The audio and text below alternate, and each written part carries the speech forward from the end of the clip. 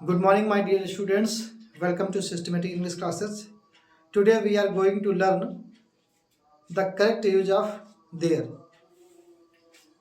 प्यारे बच्चों, आज का हमारा जो टाइटल है यूज ऑफ देयर। देयर का प्रयोग, हिंदी के वाक्यों में देयर का प्रयोग कैसे होता है और हिंदी के वाक्यों को हम अंग्रेजी में जब ट्रांसलेट करते हैं तो किस तरीके से हम बनाएंगे। तो सबसे पहले हम देर वाले वाक्यों का परिचय जानने की कैसे हिंदी में वो देर के वाक्य होते हैं। अगर हिंदी वाक्य की क्रिया है, था, थी, है और उस क्रिया का कर्ता उससे सटा हुआ, उससे ठीक पहले आए तो अंग्रेजी में ऐसे वाक्य का अनुवाद देर से प्रारंभ करके होगा। जैसे हमारे घर में 4 लड़के हैं, तो इस सेंटेंस में हम पार्ट्स ऑफ स्पीच के अंतर्गत देखेंगे कि हमारा सब्जेक्ट कौन सा है, कौन सी वर्ब है, कौन सा ऑब्जेक्ट है, कौन सा कंप्लीमेंट है, इसको चेक करेंगे। तो देखें हमारे घर में तो ये तो हमारा फ्रेज हो गया, वाक्यांश हो गया। है ये हमारी वर्ब है। हमारे घर में है क्या है, 4 लड़के।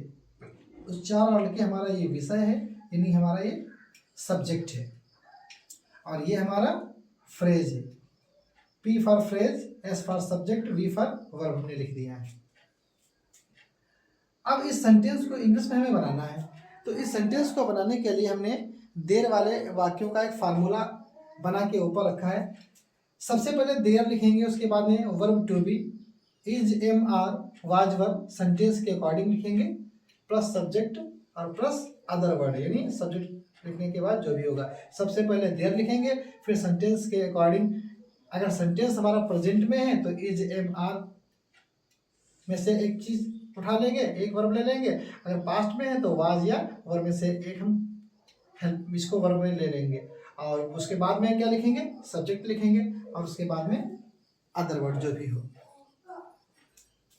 तो सेंटेंस हमारा है हमारे घर में 4 लड़के हैं, तो सबसे पहले हम लिखेंगे देयर, उसके बाद में सेंटेंस हमारा प्रेजेंट में है और 4 लड़के हमारा सब्जेक्ट है, नहीं सब्जेक्ट हमारा प्लूरल है, बहुवचन है, इसलिए हम आर लिखेंगे। तो देर हो गया, वर्ब टू में आर हो गया, देर आर। सब्जेक्ट हमारा है 4 लड़के, तो 4 लड़के को क्या बोलेंगे, 4 बॉयज। उसके बाद में हमारा अदर वर्ड क्या है, हमारे घर में, इन आवर होम, हमारे घर में। There are 4 boys in our home, हमारे घर में 4 लड़के हैं।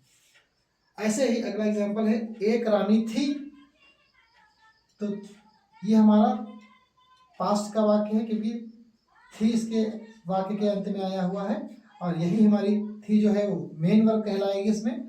और क्या थी, एक रानी। एक रानी हमारा सब्जेक्ट है,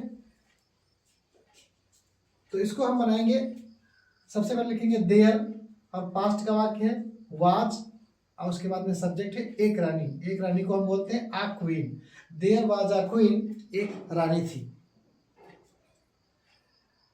देर वाले जो सेंटेंसेज होते हैं, ऐसे सेंटेंसेज को बनाने के लिए हमें 4 नियम जानने बेहद ज़रूरी हैं। तो हमारा रूल नंबर 1 यानी नियम नंबर पहला क्या कह रहा है, इसको जानने का प्रयास करेंगे। जिन वाक्यों में किसी चीज़ का कहीं पर होना या ना होना बताया जाए, उनका आरंभ देर से करते हैं।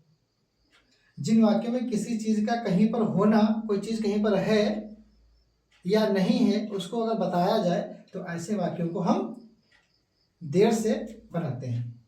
दूसरा पॉइंट है ऐसे वाक्यों की क्रिया प्रायः अपूर्ण, इनकम्प्लीट होती है और सब्जेक्ट क्रिया के बाद आकर कंप्लीमेंट बन जाता है।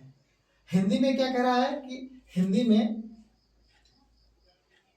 क्रिया का कर्ता उससे सटा हुआ हो, यानी जो क्रिया हो उसका कर्ता नहीं सब्जेक्ट उसी के पास में हो। तो देखो हिंदी में हमारी जो ये वर्ब है उसी के पास में हमारा सब्जेक्ट है। लेकिन नियम नंबर 2 जो कह रहा है कि हम जब हिंदी से अंग्रेजी में बनाते हैं तब कैसे बनाएंगे, तब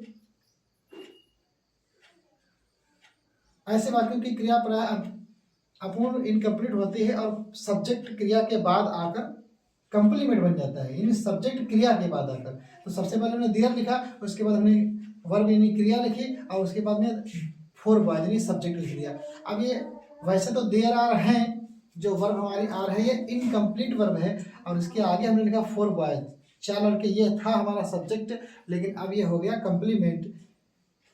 आर वर्ब का फोर बॉयज जो सब्जेक्ट था वो कंप्लीमेंट बन गया।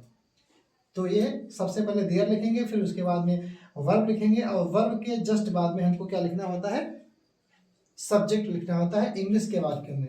लेकिन हिंदी के वाक्यों को कैसे पहचानेंगे, सबसे पहले सबसे लास्ट में जो हमारी वर्ब होगी वो वर्ब से ठीक पहले हमारा सब्जेक्ट होगा, तो हम समझ जाएंगे ऐसे वाक्यों को हम देयर से बनाएंगे।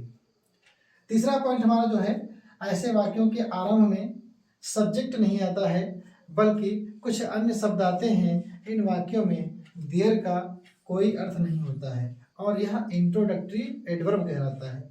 अगर आपसे पूछता है कि there are four boys in our home में देयर का पार्ट्स ऑफ स्पीच में क्या प्लेस है, क्या स्थान है, तो आप इसको बोलोगे ये इंट्रोडक्टरी एडवर्ब है और इसका हिंदी में कोई अर्थ नहीं हम निकालेंगे। हम सिर्फ यही कहेंगे कि there are four boys in our home, घर में, हमारे घर में 4 लड़के हैं। देयर का कोई हिंदी का अर्थ नहीं आएगा। पॉइंट नंबर 4 है, देयर के बाद verb to be, is am are was verb में से कोई एक लगाते हैं तथा फिर सब्जेक्ट लिखते हैं। तो सबसे पहले देखो हमने इज एम आर यानी टू बी वर्ब लिखा, उसके बाद में सब्जेक्ट हमने लिखा, इसी तरीके से सेंटेंस को हमने बनाया है। तो ये 4 पॉइंट्स थे, वो हमने आपको पहले ही समझा दिया है। अब अफर्मेटिव सेंटेंसेस की हम प्रैक्टिस करने जा रहे हैं और देर वाले वाक्य कैसे बनेंगे ध्यान से देखेंगे। पहला वाक्य हमारा है, आकाश में बादल हैं।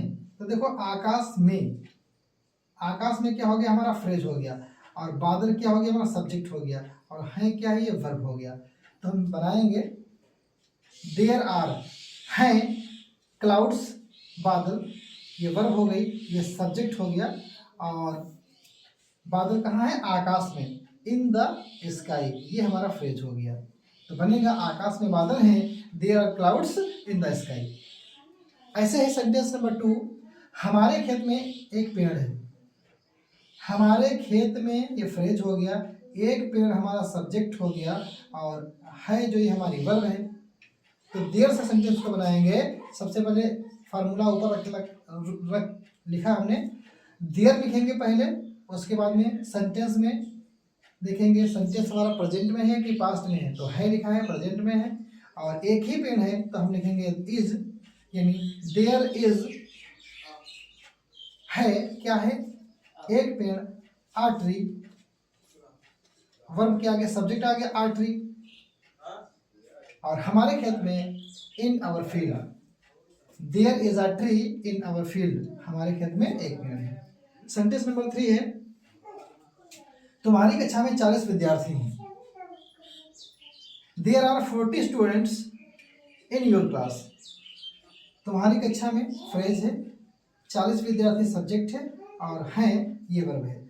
तो वर्ब हमारी प्लूरल है तो हम इसलिए आर लिखेंगे, देयर आर हैं 40 स्टूडेंट्स, 40 विद्यार्थी, इन योर क्लास, तुम्हारी कक्षा में, तुम्हारी कक्षा में 40 विद्यार्थी हैं, there are 40 students in your class.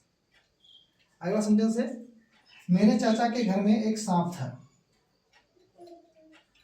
मेरे चाचा के घर में, ये हमारा फ्रेज है, एक सांप हमारा सब्जेक्ट हुआ, और था हमारी वर्ब है, वर्ब हमारी पास्ट टेंस में है, और एक ही सांप है, सब्जेक्ट सिंगुलर है, इसलिए हम वाज लिखेंगे। देयर वाज था, क्या था, एक सांप, a snake, there was a snake, एक सांप था, कहाँ था, इन माई अंकल्स हाउस, मेरे चाचा के घर में। There was a snake in my uncle's house, मेरे चाचा के घर में एक सांप था। सेंटेंस समझ में आया। अब देर वाले सेंटेंस कुछ और भी प्रकार के होते हैं, उसको जान लें। कभी कभी देर का प्रयोग वाक्य के बीच में होता है, जैसे वाक्य के बीच में कब होगा, किसी समय एक राजा था, अक्सर कहानी सुनने में आती है, ऐसे ही कहानी स्टार्ट होती, शुरू होती, किसी समय एक राजा था, तो किसी समय को हम इसमें क्या रखेंगे, वंस अपॉन अ टाइम, किसी समय एक राजा था, there was a king. Once upon a time there was a king, किसी समय एक राजा था। अगला है देयर के बाद पास्ट इंडेफिनिट टेंस का प्रयोग, यानी पास्ट इंडेफिनिट टेंस की वर्ब भी सेंटेंस में आती है। जैसे इस गांव में एक बुढ़िया रहती थी, इस गांव में यहाँ तक हमारा क्या है, फ्रेज है, वाक्यांश है। एक बुढ़िया ये हमारा सब्जेक्ट है और रहती थी ये हमारा मेन वर्ब है। तो रहती थी, हिंदी के जिन वाक्यों के अंदर ता था, तीथी, तेथे आदि शब्द आते हैं वो पास्ट इंडेफिनिट के होते हैं, उसमें हमें वर्ब का सेकंड फॉर्म चाहिए होता है। तो देयर लिव्ड, रहती थी, कौन रहती थी, एन ओल्ड वुमन, एक बुढ़िया। कहाँ रहती थी, इस गांव में, in this village. There lived an old woman in this village, इस गांव में एक बुढ़िया रहती थी। तो इस तरीके के जो सेंटेंसेस होते हैं हमारी स्टोरीज में पूछे जाते हैं, जो 9th 10th 11th 12th में स्टोरी आती है, और उसमें ज़्यादातर जो स्टोरीज होती है वो पास्ट इंडेफिनिट टेंस में ही होती है, नहीं पास्ट टेंस में होती हैं। तो हमें देयर का यूज उसमें बहुत काम आएगा। तो आई होप आज आपने देयर का यूज सीखा है और हमने देयर की अफर्मेटिव सेंटेंस की एक्सरसाइज आपको बताई है। कल हम नेक्स्ट क्लास में मिलते हैं और उसमें देयर का यूज में हम नेगेटिव सेंटेंस की एक्सरसाइज आपको बताएंगे। तो मिलते हैं नेक्स्ट क्लास में, टेक केयर। आप इसका स्क्रीनशॉट भी ले सकते हैं अगर आपको ये क्लास समझ में आई। आज इसको अगर आप नोट करना चाहते हैं तो अपने नोटबुक में आप स्क्रीनशॉट करके लिख सकते हैं।